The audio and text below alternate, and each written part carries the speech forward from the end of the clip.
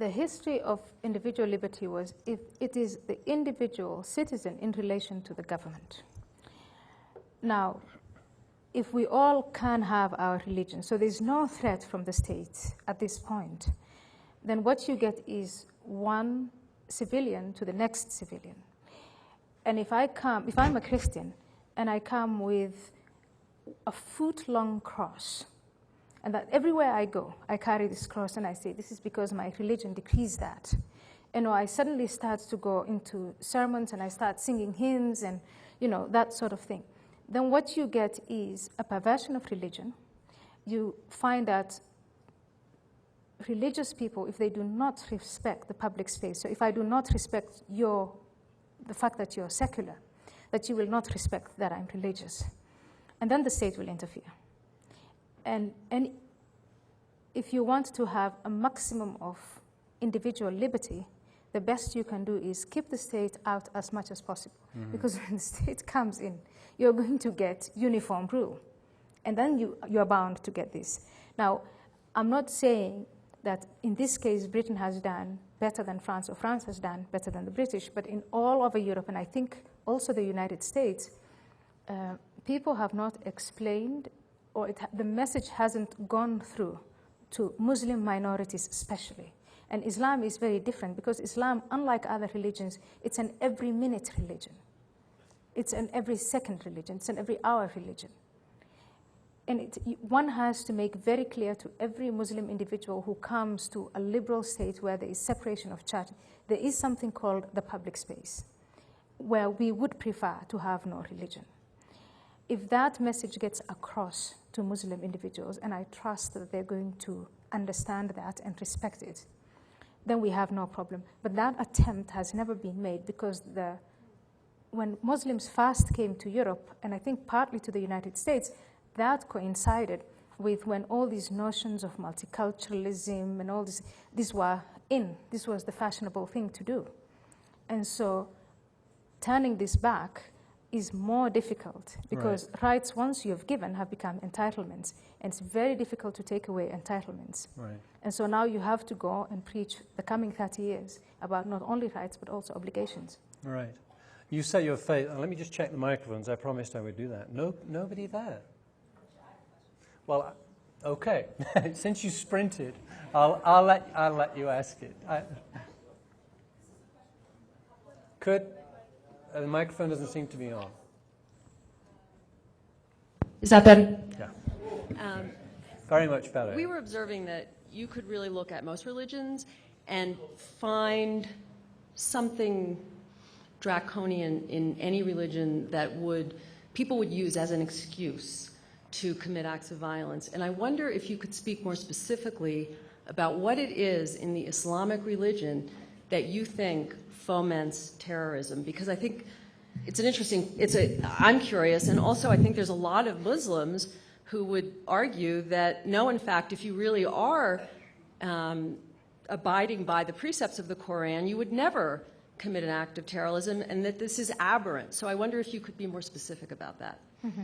Well, I want to say that there are a lot of Muslims who will not commit any act of terrorism. I think, fortunately, the majority of Muslims today will not commit acts of terrorism.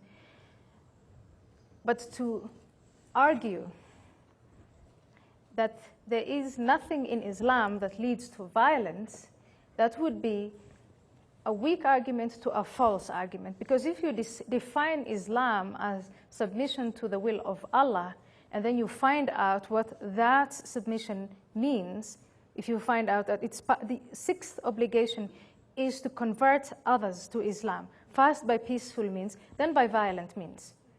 If a wife is disobedient, you beat her. If something is stolen, you amputate the hand of the thief. That's Sharia, that is Islamic law.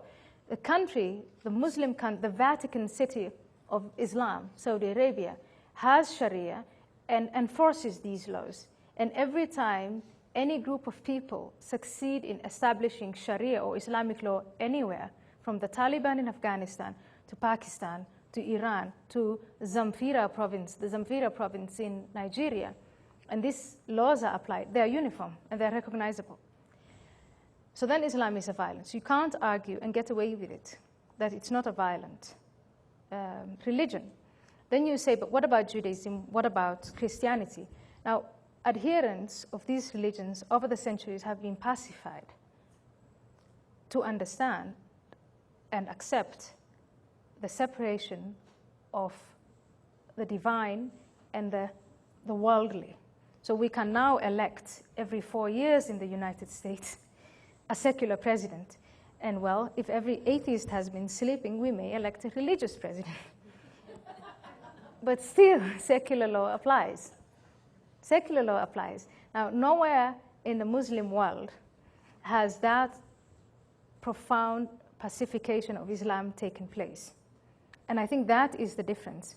So the notion that you can still establish a caliphate or an Islamic state is very, very, very strong among the Muslims, much stronger than among the Jews, the Christians, the Buddhists, or any other believing group. Okay, thank you. We have another question over here. Is this working? Yes. First of all, I would like to congratulate you on your courage.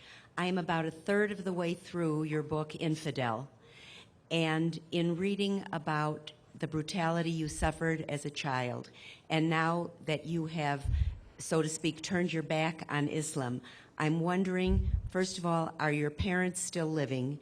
And if so, do you still have contact with them and your family, and what do they think?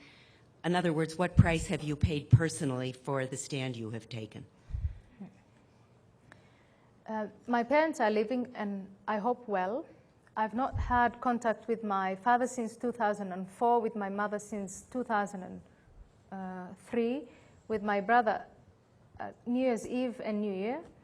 And if I go back now, if I call them, and I can track them, if I track them and I call them and I tell them I've converted back to Islam, I've gone off the straight path, I apologize for everything and all the naughty things I've done in the past 5 years, they will forgive me, and I believe it's true love in their hearts for me. But as long as I stay on believing what I believe and live the way I live, then there is this connection between us. Now, for me personally, that's very sad, and it's a very high price. But if you place this in context, then you're going to see that almost anyone who has gone, throughout the centuries, and even now, anyone who radically opposes the moral framework that the parents believe in, that this takes place.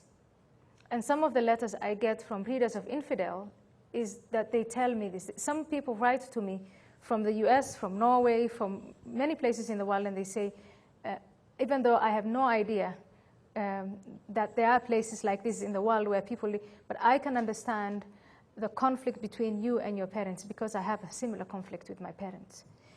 And I know this is a price that we have to pay. And I know what I'm going to say is pathetic, but if we say in the name of progress, this is something that I will or have suffered, but my children will not suffer. And if we think of humanity in generations, then I don't think that I'm going to be around to see any of what I've contributed to, but the next generation is going to benefit from what we struggle for now, and we are all benefiting from what past generations have struggled for. Thank you. Yeah. Thank you. Thank you for the question. That was a great question. Good, yeah. I wonder if I could ask you another question myself. There's a debate in the US, something of a debate, as you've probably noticed, on the question of whether it's right to frame America's present national security problem and the issue of terrorism as a war on terror. A lot of people argue that is it's a mistake to frame it that way, that it leads to bad policies, and essentially it makes people more afraid than they need to be about this problem, and induces a kind of intellectual paralysis. Yeah. I'm just curious to know what you think about that term, war on terror, and whether you approve of it or disapprove of it.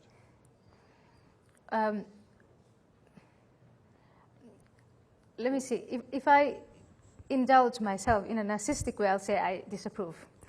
If I put myself in the shoes of whoever invented the war on terror, I would say American foreign policy today, I would just typify it as being very honest, because America wants to be good, to be found to be good. There's a lot of anti-Americanism going on in the world. The image of America as the remaining superpower since 1989 is one of, what are they going to do with this absolute power corrupt, so what are they going to do with it?